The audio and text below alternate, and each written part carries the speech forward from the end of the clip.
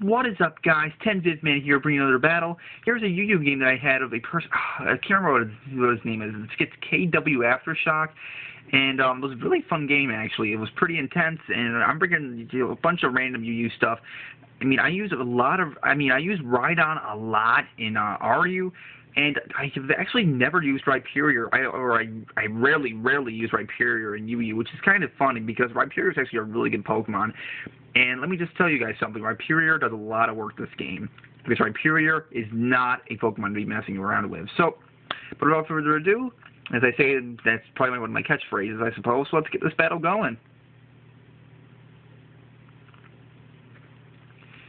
And he's going to lead off with that Uxie, and I'm going to send out first because, you know, he hosted, I believe. So I'm going to send out my Rhyperior. He sends out his Uxie to get out probably his rocks up or whatever he wants to do. I really don't know. I know he's most likely a Starfire. I just didn't know what kind of set he was, but right now I see dual screens most likely because he's got the Reflect up. I'm going to take this turn just to set up my Starfrost because, you know, that's what Rhyperior does.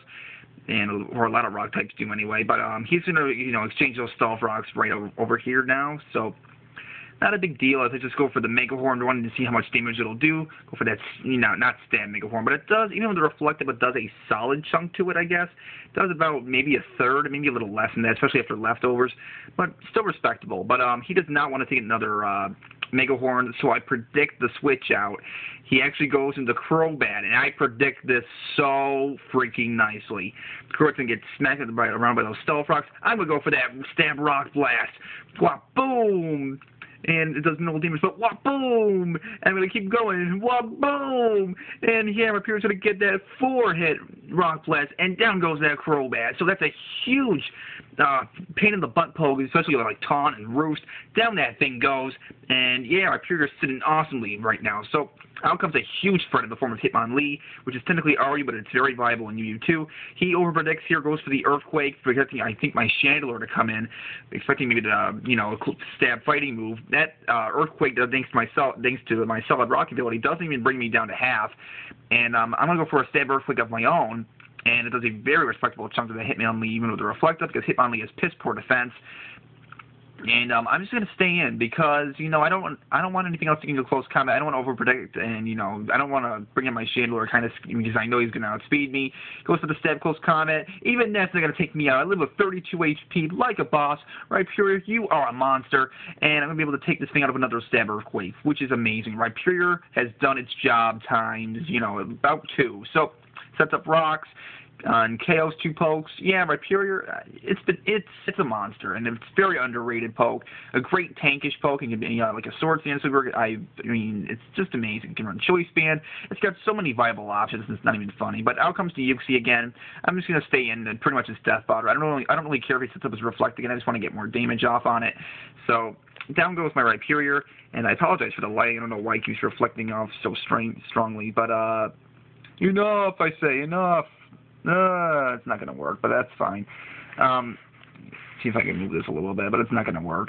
Well, whatever. Out comes my Chandelure, and yeah, I guess that helps. There we go. And I thought I'd be faster, but thing is, I forget the fact he's a dual screener, which means, and most dual screeners typically run max speed, and that's what really screwed me over. I completely brain farted the fact that most dual screeners run max speed.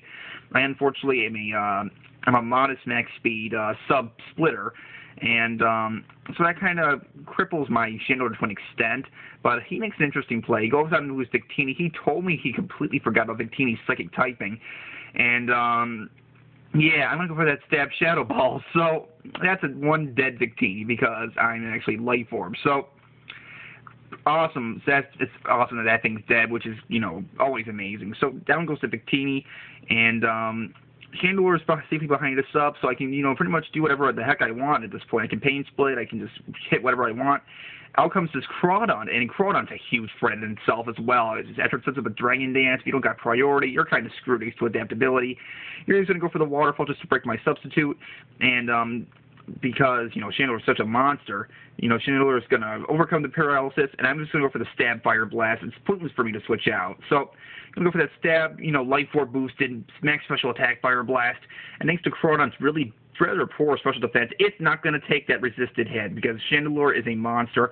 Down goes that Crawdon. So Chandelure is even putting up a little bit of work as it's paralyzed. So, yeah, We got monsters in this bitch. Yeah, buddy.